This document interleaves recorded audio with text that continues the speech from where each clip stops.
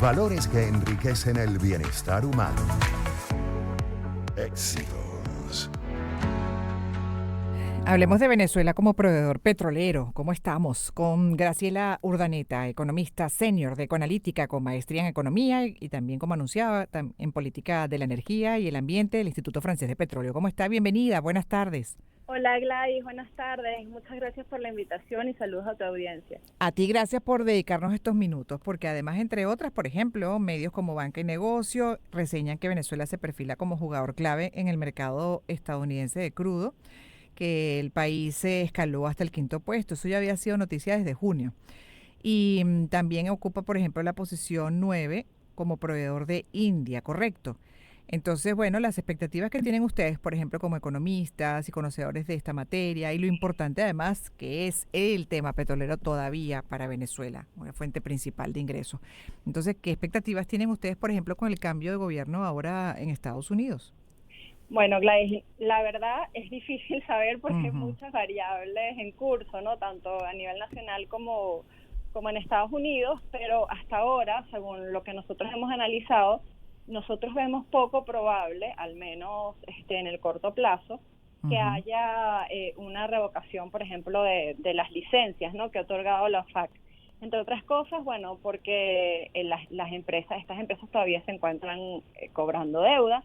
Recordemos que parte de la licencia, una de las cosas que contempla es que se intercambie crudo a cambio de ir saldando deuda con estas empresas. Todavía, digamos, esas empresas tienen deuda por cobrar. Por otro lado, y en el caso específico de Estados Unidos, aunque realmente lo que exportamos a Estados Unidos todavía es poco, son en el mejor de los casos, como se llegó en julio, 300,000 barriles diarios. Como bien dijiste tú, ya Venezuela se encuentra de quinto y en esta oportunidad llegó incluso al cuarto lugar como exportador de petróleo a Estados Unidos. Entonces, esto no es despreciable, sobre todo, bueno, en medio digamos, de la geopolítica que estamos viviendo a nivel mundial, ¿no? Y además, el crudo de Venezuela es muy bueno, sobre todo para las refinerías del sur de Estados Unidos que están, digamos, diseñadas específicamente para este tipo de crudo, ¿no? Entonces, bueno, es un país que queda cerca. O sea, no tienes que pagar grandes costos de transporte, aparte ya tienes tus refinerías preparadas para ello. Entonces, digamos que yo no veo, al menos en el corto plazo, una alta probabilidad de revocación de licencias. Además, que en cierta medida esta revocación de licencias pudiera traer una nueva ola migratoria, ¿no? Y bueno, y recordemos que una de las, digamos, de las premisas máximas de Donald Trump, al menos durante su campaña, estuvo muy enfocada en frenar la migración. Bueno, se supone que de las primeras medidas es cerrar frontera e incluso la deportación. Exacto, entonces, bueno, digamos que pero vas a tener a un México presionando también, porque el que va a recibir en tal caso eventualmente una nueva ola migratoria, como ya le pasa, y tiene que lidiar con eso constantemente, es como el muro de contención justamente, ¿no? Para Estados Unidos, bueno, seguramente esa presión va a ser muy fuerte, como el resto de la región, y como bien dices tú, pues deben considerar muy bien las medidas que se tomen. Así es. O sea, yo creo que por eso hablo en un primer momento, ¿no? Mientras todas las piezas están en juego, yo no veo, al menos en el 2025, o sea, recordemos que, bueno, en un principio la OFAC renovó la licencia de Chevron, la número 41, hasta abril del 2025. Por lo menos hasta esa fecha debería mantenerse. Claro que, bueno, digamos, la OFAC tiene facultad para revocarla en cualquier momento, ¿no? Pero digamos que yo esperaría que al menos hasta abril no se revoque, y yo me atrevería a decir que incluso por buena parte de 2025, mientras justamente todas estas piezas que tú estás hablando se alinean, presiones del resto de la región, cómo se desenvuelve la política en Venezuela, cuáles son las prioridades de los primeros días de gobierno de Trump, todo eso se alinea, pues no creo que la licencia de Venezuela sea la licencia de Chevron sea lo más significativo. Sí, y también lo otro es que estamos hablando de lo que sería con Trump, pero todavía le queda mandato a Biden, ¿no? De cómo vaya a cerrar Biden su gestión. Así es. Por otro lado, también Trump dice que él va a resolver, incluso habló de horas, conflicto, por ejemplo, entre Ucrania y Rusia, También habló de esa intervención para ayudar en la resolución del conflicto de Medio Oriente, Israel, Hamas y Hezbollah. Entonces, ahí también la pregunta, y seguramente lo tienes bastante más claro como especialista en estos temas, ¿cuánto todo esto incide en el precio, por ejemplo, del crudo, que es otro factor importante, porque Venezuela sí es proveedor, no como quisiéramos, pero al final ese precio también puede incidir en un menor ingreso? Claro, claro. Bueno, en el precio de Venezuela inciden dos cosas. Uno, por supuesto, el precio de petróleo a nivel mundial, que como bien dices tú, digamos, con todos estos conflictos y con cómo se pudieran desenvolver en una presidencia de Trump puede afectar. Por supuesto, esto serían presiones importantes. En caso de que haya que escale el conflicto, sería una presión al alza. Si Claro. realmente Donald Trump logra calmar estos conflictos, pues por supuesto se calmarían los mercados y el precio Ujú. del barril bajaría. Y aparte, y estos pronósticos de la OPEP y de la Agencia Internacional de Energía, se prevé una ralentización de la demanda de petróleo el año que viene y sigue habiendo mucha oferta. Entonces esto también hace Mm, que haya menores presiones sobre el precio. Eso sí. por el lado, y eso por supuesto, si baja el precio, pues para Venezuela va a ser negativo a nivel de ingresos. Y el otro tema es que a la medida que Venezuela siga exportando a Europa y siga exportando a Estados Unidos, pues se va a ver favorecido en los ingresos porque las ventas a estos países se hacen a precios mucho más competitivos que hacia otros lados. Mm. Igual para India, justamente bajo esta licencia con Reliance, también es un precio muy bueno. Entonces, mientras se ¿Cuánto se mantenga la exporta a licencia, India, Graciela? ¿Cuánto se ¿cómo? exporta a India? A India, si no me equivoco, estamos alrededor de los 100.000 barriles diarios. Mm, ya. Es decir, en total ahorita, ¿cuánto se está exportando diario? Exportaciones totales venezolanas. Ajá. Bueno, las exportaciones que acaban de salir del mes de noviembre están por encima de los 900.000 barriles diarios. O sea, hemos llegado a un récord de exportaciones.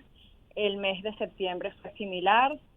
Eh, el mes de agosto, perdón, fue similar. En septiembre hubo una baja por justamente los problemas causados por los apagones que hubo en Venezuela, las fallas eléctricas, que bueno, Ujú. eso incidió por supuesto en el nivel de importación. Sin embargo, seguimos teniendo como muchas fluctuaciones. En No hay julio se estabilidad. exportaron. Pero No hay estabilidad, pero sí han crecido considerablemente las exportaciones y lo que es más importante, ahorita se está exportando, digamos, una parte más importante a estos países cuyos precios son más rentables, el precio de venta a Estados Unidos, a Europa, a India, y ujú. esto hace que se pueda, cerca del 50% probablemente del crudo venezolano se está vendiendo a un mejor precio. De hecho, ¿será posible que nos puedas explicar bien este monto de 900, por ejemplo, hacia dónde apunta? ¿No? Ya sabemos que 226.000, alrededor de 226.000 a Estados Unidos, No, unos Estados 100.000 a Unidos ya está, India. ¿Ah? sí, perdón. Estados Unidos ya está alrededor de los 200. El mes pasado se exportaron 280.000 barriles Ok, diarios a casi Estados 300 Unidos. van para allá. Exacto. Y, Luego tienes 100.000 más para Europa, ya ujú, tienes 400.000. Y como te digo, si no me equivoco, el monto hacia India está alrededor de los 100.000 barriles diarios también. ¿y el resto? ¿A dónde va? El resto, Asia, que Asia sigue siendo la mayor porción. O sea, Asia, obviamente si quitas India, quedaría China. Y luego Ujú. tienes unos 28.000 barriles diarios que van para Cuba. Pero la gran, digamos, la gran El grueso. porción se la sigue llevando, sí, se la sigue llevando Asia y luego vendría Estados Unidos. Pero China se está cobrando deuda, ¿no? Y en Cuba es un aporte, una contribución. Sí, sí, el tema de China es poco claro, o sea, no se sabe realmente cómo, cómo se manejan los Ujú, ingresos por la gente y en Cuba sigue siendo así, sí. ujú. Sí, bueno. ¿Y más o menos cuánto todavía se le debe a Chevron, a estas empresas? Mira, Gladys, la verdad que sería muy irresponsable de mi parte decirte un número porque eso es una caja negra, o sea, es muy difícil saber si se Sí. acierta o sea, se puede sacar por la cantidad exportada, pero de ahí tú no sabes realmente cuánto cobra Chevron, cuánto se queda la empresa mixta, entonces prefiero no... Sí, no no, dar te entiendo una- perfectamente, gracias, no te preocupes, te entiendo y es parte de la dinámica en todos los sectores, cosa que no debería ser así porque es una obligación incluso de la administración pública siempre compartir todos los datos y de manera exacta, ¿no? De cómo se va operando, cómo se van manejando además los recursos del Estado. Pero Graciela, como economista además te pregunto de senior de Ecoanalítica, esta brecha, por ejemplo, ¿no? Que se tiene en el caso de la moneda. Bueno, entre otras, el BCB no ha podido intervenir como lo venía haciendo.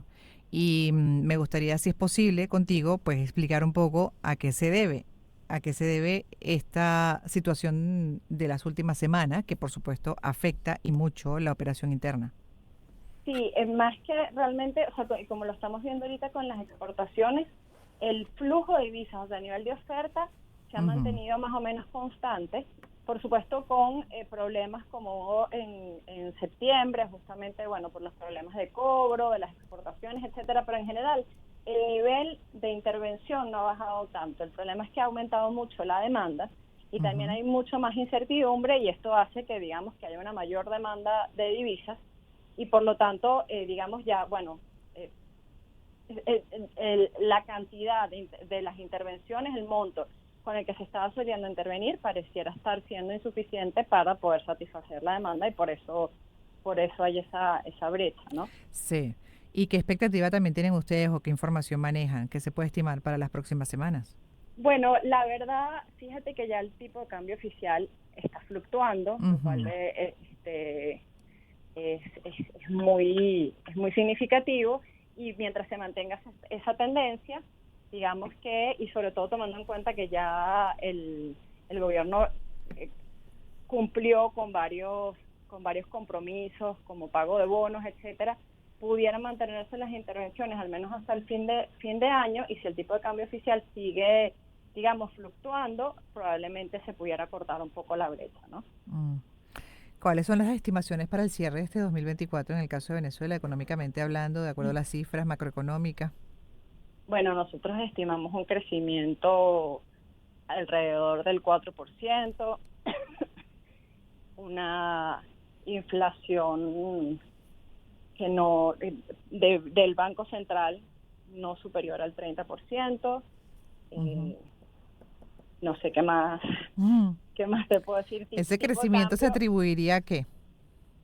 bueno, realmente este año hemos visto bastante dinamismo en algunos sectores, por ejemplo el sector agrícola, la manufactura se ha recuperado de manera muy importante, el sector de tecnología, en especial telecomunicaciones, ha crecido mucho, el sector comercio sigue, digamos, presentando buenos resultados, entonces es un crecimiento que está muy, digamos, atado a ciertos sectores, pero sí en estos sectores sí se ha presentado, incluso las ventas comerciales, por lo menos que nosotros medimos en Caracas, Ujú. han dado buenos resultados este año con respecto al año 2023. Sí, entiendo. Tú sabes que una de las cosas que, bueno, para mí como medidor, como ser humano simplemente, en esa cotidianidad, más allá de los datos, de la macroeconomía, uno se va más a la microeconomía, a esa realidad, cómo incide ese ligero crecimiento que ustedes manejan en la gente. ¿Hasta qué punto eso ya está beneficiando a la población? Porque lo que uno recibe es todo lo contrario, ¿no? Una situación asfixiante, difícil de manejar, y bueno, algunos contemplando una vez más la migración. Claro, bueno, mira, yo creo que nuevamente el problema aquí sigue estando en la desigualdad, ¿no? Así como hay desigualdad en el crecimiento por los sectores, también sigue habiendo desigualdad en cómo, digamos, se absorbe ese crecimiento en la población. Probablemente Ujú. las personas que estén más vinculadas con esos sectores que están creciendo, probablemente sí han visto una mejoría, Mejoría. digamos, exacto, pero el resto de la población probablemente todavía sigue rezagado. Una cosa positiva que yo creo que sí, digamos, se ha apreciado a nivel general es la desaceleración de la inflación. Obviamente la inflación sigue siendo bastante elevada, pero el poder tú saber que los precios durante un mes no te van a variar de una manera exorbitante como pasaba Nos hace pasaba. unos años, pues eso creo que se está sintiendo en la población y de alguna manera es un alivio, incluso para poder planificarte, ¿no? Mm. No tienes que andar pensando en un precio tan diferente en el corto plazo. Sí, por eso preguntaba también lo de la brecha, porque en la planificación que mencionas es esencial. Estabilidad, Por confianza. supuesto, por Sí, saber supuesto, dónde sí, estás y parado. ahorita hay un factor, por supuesto, de incertidumbre que juega Ujú. muy en contra para cualquier cálculo, ¿no? No solamente para nosotros, sino cualquier empresa que esté realizando su planificación, bueno, tiene que incorporar el factor de incertidumbre que, bueno, ya desde ayer hay un factor menos o sea, de incertidumbre, ya por lo menos se sabe quién ganó en Estados Unidos y hay un escenario, o sea, y ya puedes trabajar bajo ese escenario que puede tener, por supuesto, varios subescenarios, ¿no? Pero Sí. ya hay por lo menos una ¿Hacia pequeña... dónde va? Exacto, Exactamente, esa realidad exacto, política, o exacto, aparentemente va. Porque exacto. del dicho al hecho hay mucho trecho, ¿no? Como Por dicen. supuesto, y en Así el es. caso de Estados Unidos es algo que uno no puede controlar en No. absoluto, o sea, es una variable absolutamente exógena, ¿no? Y sobre todo el personaje, porque sabemos que, bueno, que él justamente es un personaje que se maneja, ¿no? O muchas veces dentro de un marco de antipolítica, entonces es como para muchos incluso difícil de predecir. Todo depende de cómo vayan las cosas. Pero bueno, veremos. Absolutamente. Toca exactamente ya esperar a ver cuando comience su gestión hacia dónde va a apuntar y en el caso de Venezuela. Gracias, Graciela, por haber estado con nosotros. Graciela Urdaneta, economista senior de Econalítica con maestría en Economía y Política de la Energía y el Ambiente del Instituto Francés de Petróleo. Hablando de Venezuela como proveedor petrolero. 1:57, vamos entonces con música, con Toto y en breve volveremos para la segunda parte, que es para Caracas, pero